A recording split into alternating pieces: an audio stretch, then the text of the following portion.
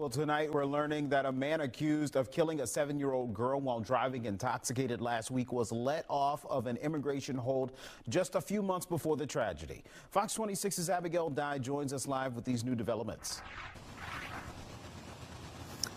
Sherman, the suspect is a non-U.S. citizen, we're told, a Venezuelan national. And with his criminal history here in Harris County, the big question is, should he have been out of custody when this tragedy happened?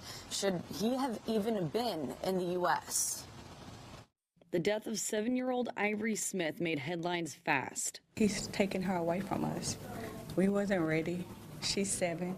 On December 1st, the second grader was killed in a crash that sent her mom, the driver, to the hospital for nearly a week. Investigators saying Joel Enrique Gonzalez Chacin is to blame for running a red light while intoxicated. If he wasn't out drinking and driving, she would be with us right now and we wouldn't be at court. We told you how Chacin was put on an immigration hold. Yes, so currently the bond amount is at $150,000. The reason that is he has an ICE hit, so if he is to make that bond, he has to deal with the immigration side as well. That is not likely to be made. And now we've learned this isn't the first time he's been on an ICE hold. Records show earlier this year he was arrested for assaulting a family member. And he was taken into custody in June. There was immediately an ICE hold placed on him. I mean, he couldn't bond out. The felony was dropped to a misdemeanor, and he was sentenced to 113 days in jail. And the reason it was 113 days because that was the time he had already served. So basically, he just pled guilty and walked out the door because the ICE hold was lifted the day he pled guilty.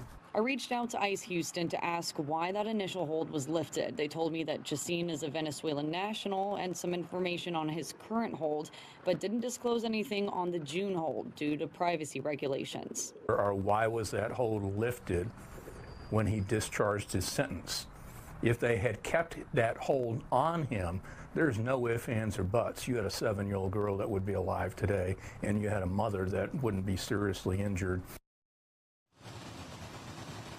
And those questions still remain. Now, Ivory's mom, Christina, she is out of the hospital. She was released on Friday, but she still has a long road to recovery, according to the family. They sent me a lengthy statement tonight saying, in part, what's even more troubling is the fact that this individual was released after being detained earlier this year, only to find themselves back in custody after causing irreparable harm.